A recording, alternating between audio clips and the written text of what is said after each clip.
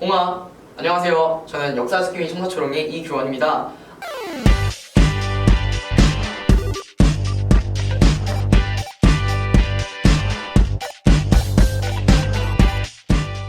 홍아, 안녕하세요. 저는 역사스키미 청사초롱의 이규원입니다. 아마 앞으로 저 다음으로도 더 재밌고 유익한 영상 많이 올라올 예정이니까요. 많은 관심과 사랑 부탁드리겠습니다.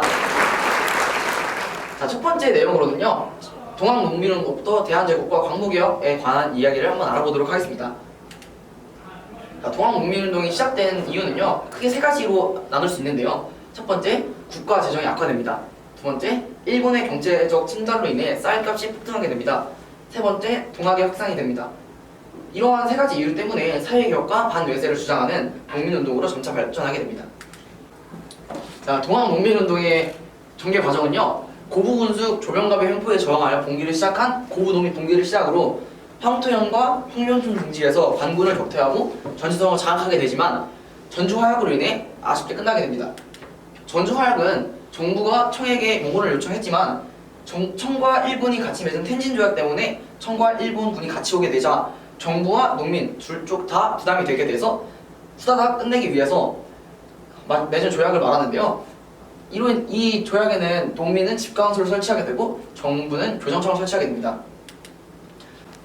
자, 텐진 조약으로 인해 대한민국 땅에 온 일본은 돌아가지 않고 경복궁을 점검하게 됩니다. 이 과정에서 농민군이 일본군을 몰아내기 위해서 제2차 봉기를 일으키게 되는데요. 농민들은 일본군과 광군을 상대로 우금치에서 전투를 벌이지만 패배하게 됩니다. 이런 과정에서 정봉준을 비롯한 지도자들이 여러 체포하게 되고 동학농민운동의 2차 봉기는 실패하게 됩니다. 이러한 과정에서 알아볼 수 있는 동학농민운동의 의의는요. 안으로는 정치와 사회개혁을 추구하는 반봉건적 성향이 강하게 일어나고요. 밖으로는 외세 침략을 물리치려는 민족운동, 즉 반외세적 성향이 나타나게 됩니다. 그리고 또한 동학농민운동에서의 농민들의 요구 일부가 가보개혁에 반영되게 됩니다. 자, 세 번째로 알아볼 내용은 을미개혁입니다.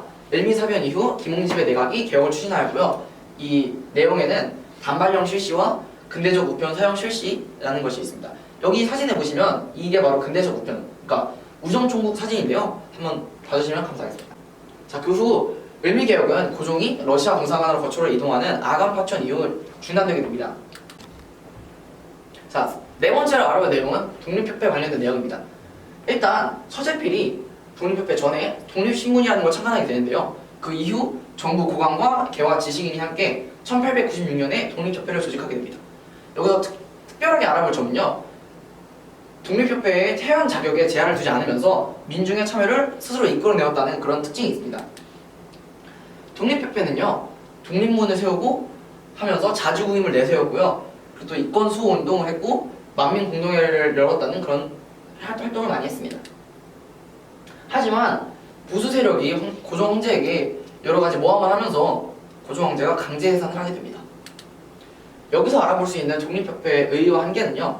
일단 이권수호 운동의 전개로 열강의 침략으로부터 주권을 보호했다는 점이 있고요. 하지만 외세 매척의 대상이 주로 러시아에 한정돼 있다 보니까 다른 열강의 침략 의도를 제대로 파악하지 못했다는 한계가 있었습니다. 자, 다섯 번째로 알아볼 내용은 바로 대한제국입니다. 대한제국이 수립되게 된 배경은요. 일단 자주성을 회복하자는 여론이 많아졌고 고종이 러시아 공사관에서 경무, 즉 지금의 덕수궁을 헌공하면서 만들게 됩니다. 대한제국은 1897년에 항구당에서 고종 황제가 즉위식을 올리면서 만들게 되었고요. 그리고 그 이후 대한국국제라는 헌법과 같은 법을 만들었습니다. 이 법에는 여러 가지 내용이 있지만 전체적으로 황제권을 더 강화하는 그런 내용이 주로 남겨져 있습니다. 마지막으로 알아볼 내용은 바로 광무개혁입니다. 광무개혁은 1897년 고종 황제가 구본신참의 정신으로 한 개혁을 말하는데요. 그래서 구본신참은 옛것을 근본으로 삼고 새것을 참고한다라는 정의를 가지고 있습니다. 광무개혁의 내용으로는 크게 네 가지로 나눠볼 수 있는데요. 첫 번째 군제개혁, 두 번째 재정확보, 세 번째는 상공업진흥, 네 번째는 교육진흥이 있습니다. 여기서 제일 중요한 점은요. 재정확보를 할 때 토지조사를 했다는 점인데요. 토지조사를 하는 과정에서 현대식 토지문서인 지계라는 걸 발급하게 됩니다. 이 과정에서 확실히 자기가 이 땅을 가지고 있다라는 점을 주면서 사람들에게 안심을 주게 되는 그런 내용입니다. 저의 강연은 여기까지고요. 저는 끝났지만 앞으로는 더 많은 재밌고 유익한 강의들이 많이 올라올 예정이니까요. 많은 관심과 사랑 부탁드리겠습니다. 지금까지 열심히 들어주셔서 감사합니다.